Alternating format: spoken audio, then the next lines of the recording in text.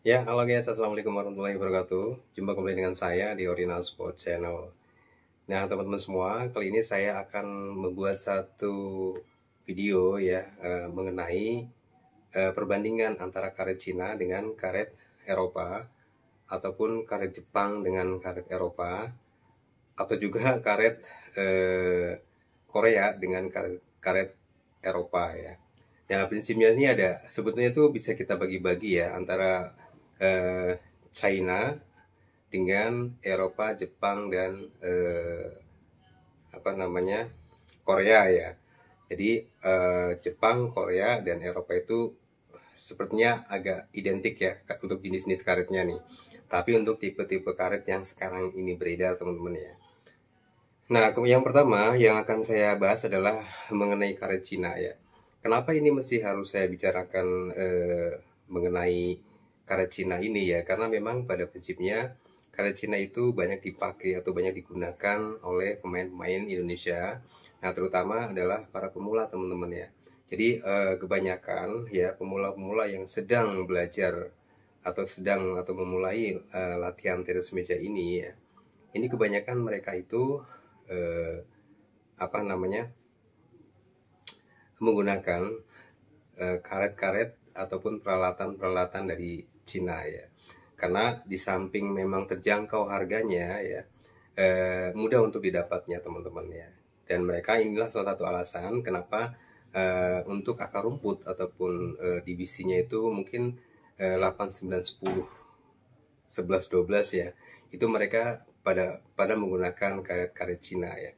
Nah, namun demikian ya, eh, tidak berarti kalau karetnya itu murah, tidak berarti karetnya itu istilahnya dari Cina itu juga jelek ya. Itu tergantung daripada skill yang dikuasai oleh pemain itu sendiri teman-teman ya.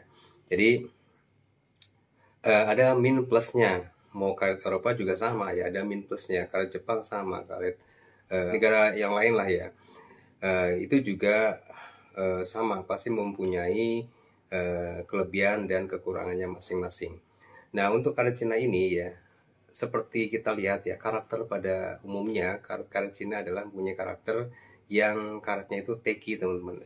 Teki itu adalah karet yang karakternya itu lebih pada lengket ya, lebih lebih apa, nempel sebetulnya ya. Jadi karet-karet Cina yang nempel, yang teki itu kebanyakan itu memang mempunyai kelebihan dalam hal spin ataupun dalam hal putaran bola lebih tinggi daripada karet-karet seperti karet-karet Eropa teman-teman ya, ataupun karet-karet Jepang ya. Dia punya putaran itu lebih tinggi. Nah, namun demikian meskipun putarannya tinggi ya, dia punya kelemahan pada sisi speed.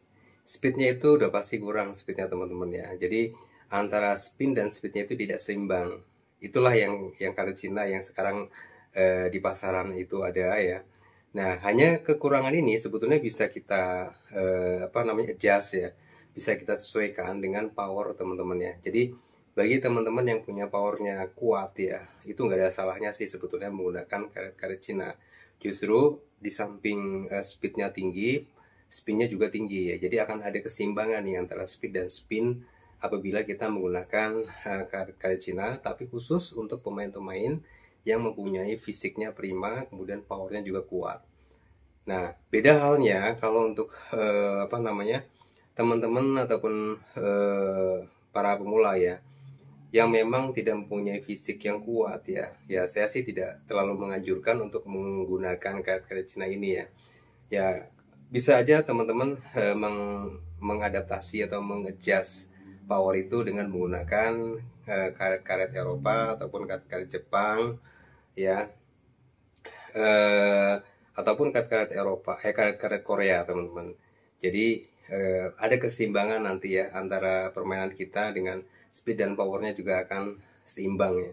Nah, kelebihannya lagi dari karet Cina ini ya, dia itu mempunyai tekstur apa namanya, tekinya itu ya, itu mempunyai kelebihan dalam hal bola underspin ataupun backspin ya, atau orang kita biasa mengenal namanya itu bola chop ya. Nah, chop yang dimiliki oleh karet Cina tentunya chopnya itu pasti punya chopnya yang tajam teman-teman ya.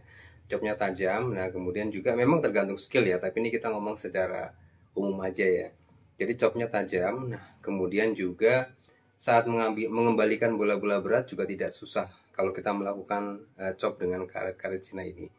Nah, hanya memang seperti tadi ya, pada saat misalkan kita melakukan spin untuk bola-bola tajam ya. Ini kan kecenderungannya bolanya itu akan parabol nih untuk karet Cina nih. Makanya akan lebih mudah untuk di intercept ataupun untuk diblok oleh lawan. Jadi kelebihannya itu yaitu dia putarannya tinggi, kemudian juga mempunyai bisa menjadi sesuatu yang maksimal ya apabila seorang pemain itu mempunyai power yang besar ataupun mempunyai tenaga yang kuat ya.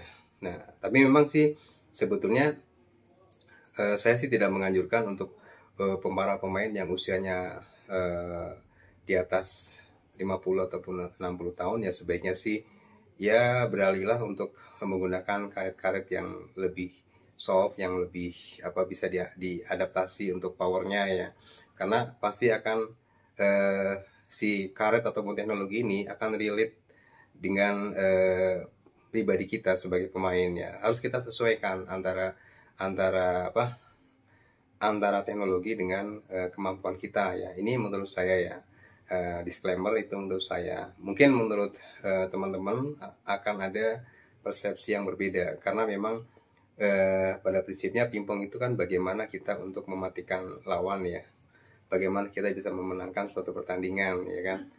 Nah, sementara kalau kita berbicara masalah teknologi, masalah strategi, masalah bagaimana kita bermain ya balik lagi ya kita sesuaikan dengan diri kita ya.